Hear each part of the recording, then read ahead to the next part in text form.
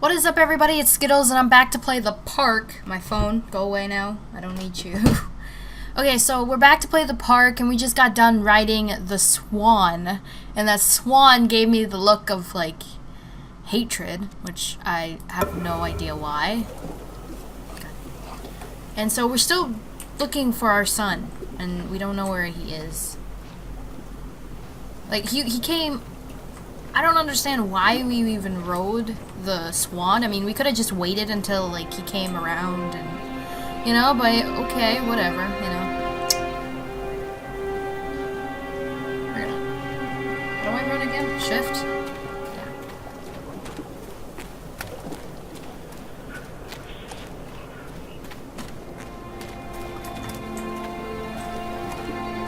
I'm guessing this is the way I need to go, because where else am I gonna go?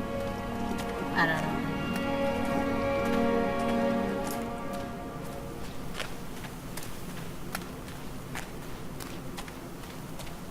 There's a van. That's never a good sign when you think about it. Another accident. This place. Can I open this? Oh, I can open door. Oh dear.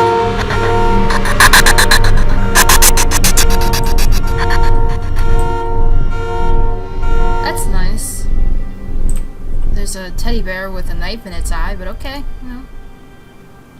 Despite the constant interruptions to work, Atlantic Island Park will be opening on time. The governor is booked to cut the ribbons, so the only real question is whether we will have any customers. I'm not truly worried. The customers will come out of simple curiosity. I deduced what was needed from the band writings of Archie Henderson. It's astonished to think that a renaissance of positive emotions can be used to feel such process. Henderson himself chose to use negative, that caused some of the taint that still lingers in this place. I will not make his mistakes. Very soon I will know if this has all been for nothing. Oh, okay. That's nice.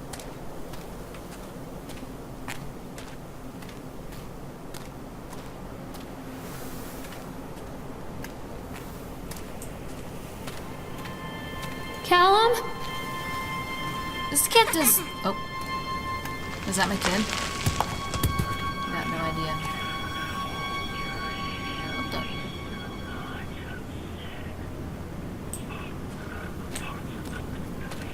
the... I mean, but like I said, this kid doesn't, like... It does not listen to me. Like, he really loves that teddy bear. Mr. Bear. Oh, look, there's the Ferris wheel. Oh, look! Go rides! Oh, don't tell me I gotta get on that. I'm gonna have to, aren't I? Whatever.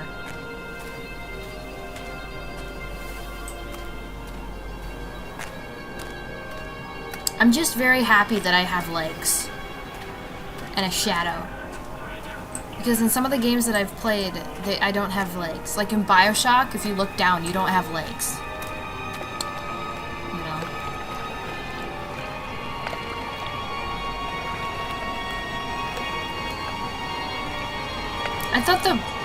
I thought it was closed. Why are they still moving? This old thing used to make the blood run to my head.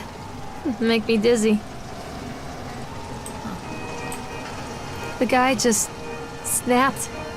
Those poor kids. Eyewitness report Atlantic Island Park incident. Officer on duty, Sheriff F. Bannerman. We were waiting for our turn on the ride. Frank and me and the boy... I gotta sneeze. This fellow in the chipmunk suit is making ice carving while people took photographs.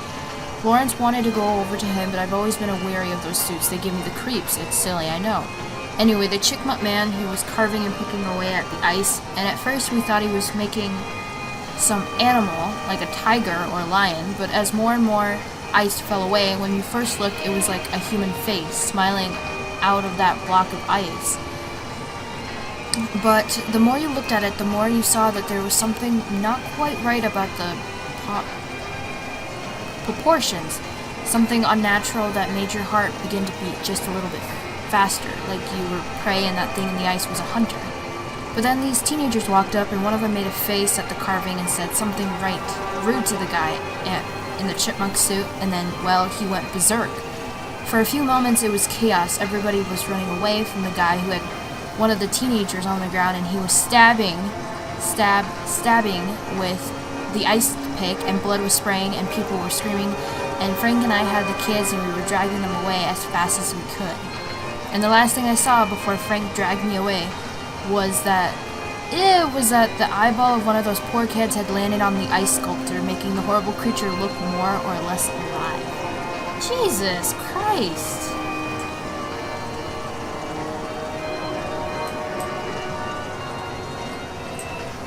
Well, that chipmunk guy just went berserk, man. Jeez.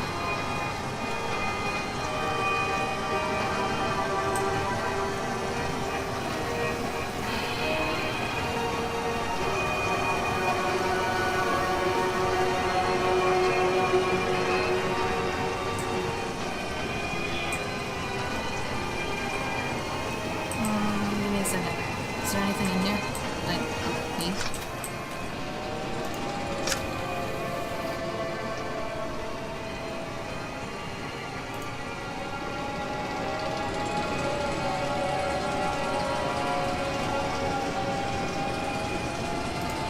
Let's decrease speed.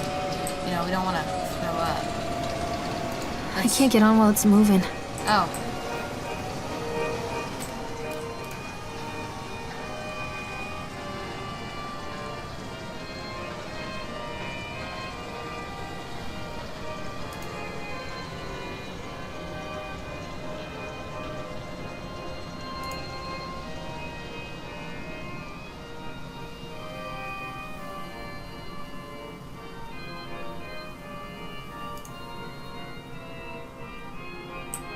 I think I can go in now, right? Yeah. It's pretty cool that you could actually are able to get onto the rides. Oh God, Jesus, and stuff like that, and just.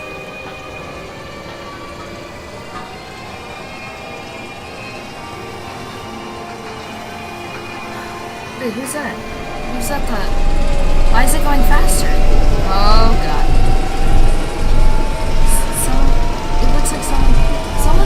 Someone's at the thing! They're moving the... Oh God. Oh God. Here. What the hell is that?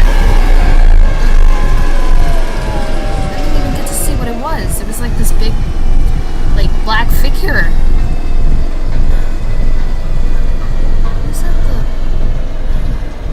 The heck? Who's at the thing? Like moving the levers over.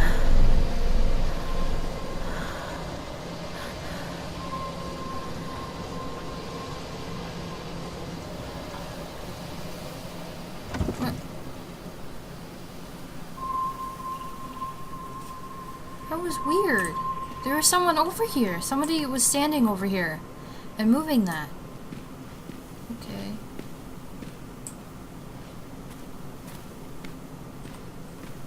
Is that the way I came?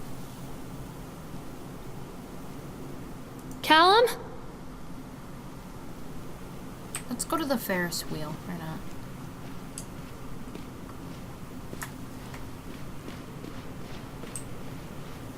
Over there, that's the way I came from. Let's go over here. Oh, I can't. Oh, I can't go that way. Can I jump? No? Oh, there's a page. Frustrated by the fact that the plans seem incomplete, I know as well as anybody that the rules of the game can be changed with enough money. But no matter how much money talks, it can't conjure up missing plans from thin air. I've tried contacting the organization who sold me these plans, and they're stonewalling me. Every contact that I had, every meeting place that I had watched are swept bare. I have a sinking feeling that I've been swindled. We've gone ahead with what we could find in the plans regarding the harvesting machines, the transport mechanisms, etc. I'll probably let Nicholas name them something cute for the day we open the park. There will be rides. They will be rides after all. Huh, okay. So we can't go to the Ferris wheel because the bridge is out.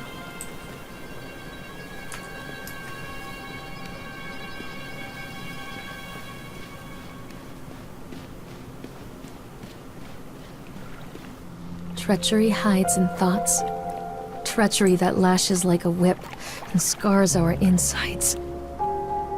The first time I saw Callum, my thoughts betrayed me. But I looked down at this wrinkled, red, bawling thing and I thought, is that it? We build our world from expectations, and the world that I had built for Callum was no different. He was so real, so there, and so far from my expectations.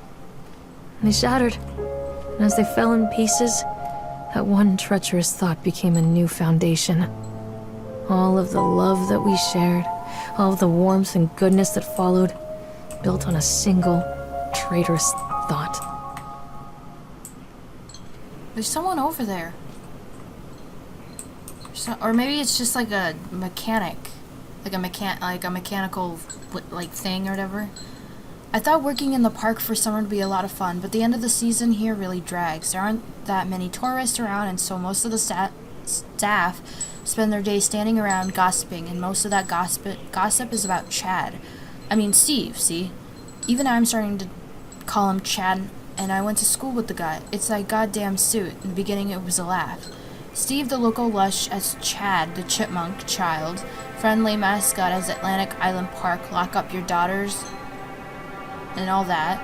But the more he wears that suit, the weirder Steve is getting. At first it was little things, like refusing to change out of the suit at work and taking it home with him every day. Yeah, that's not weird. But then I saw him at Susie's diner still wearing it. It wasn't even a work day. Some of the staff complained discreetly to park management about the smell, and I saw him walking and talking with Mr. Winter, the owner, one day. But nothing seems to have changed. The suit still smells like a carcass whenever Steve walks by, and apparently Steve has picked up some new skills since the last time I saw him puking up in a gutter outside the sinkhole Startlin, because he sure as hell can carve a mean ice sculpture. Those shapes he makes in the ice, though, they give me the creeps. Steve came by the booth today, lucky me, and he just hung around for a while. I couldn't really tell because of the suit, but it seemed like he was just staring at me, sizing me up, eye-fucking me, whatever he was doing. I asked what he wanted, and he just stood there, not saying anything. Eventually, I called my supervisor, and he came by. Chad. Steve wandered off. My supervisor told me to put everything in writing, so here it is. Also, I quit. I don't want to see that chipmunk suit ever again. Laura. Jesus Christ. Okay. I'm just gonna... Okay. So Chad, or Steve or whatever, is kind of going cuckoo chew. What's this thing? Can I oh no, I can't examine it. Okay. It's going a bit cuckoo chew.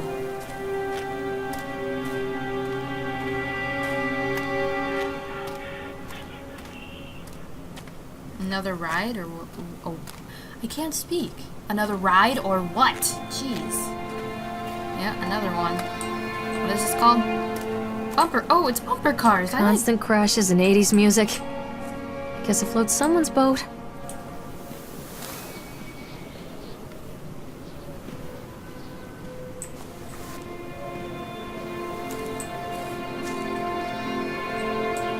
There's nothing in there.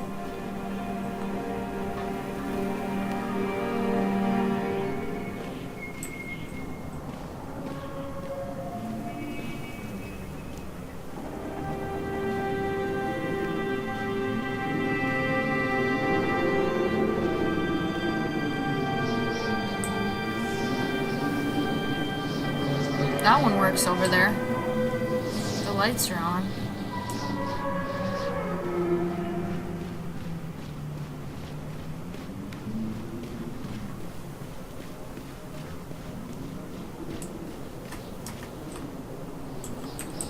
Oh god, accident report. Accident report. Employee name Francis DeFroin. Time and date of accident incident 25th October 1976. Laborers working on the crane. Brief description of the accident or incidents. During the transport of the bumper cars into the arena, one of the straps attaching the load to the truck came untied, causing a casket of bumper cars onto Francis, who was standing directing the driver.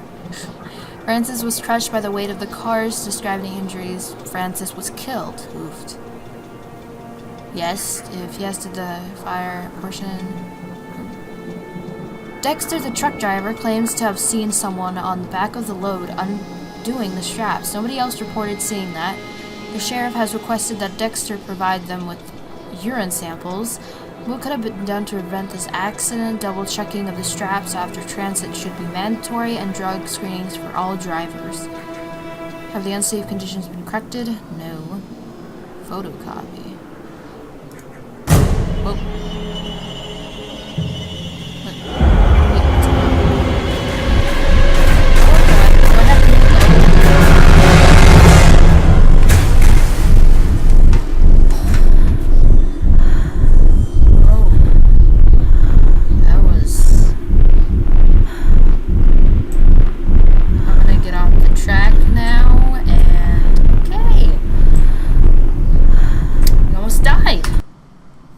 I'm actually gonna end it there, guys. I hope you guys liked the video. If you guys did, click that like button down below, and also click that subscribe button down below too as well. And as always, I will see you guys in the next video. Hopefully we don't die in the next video. Peace.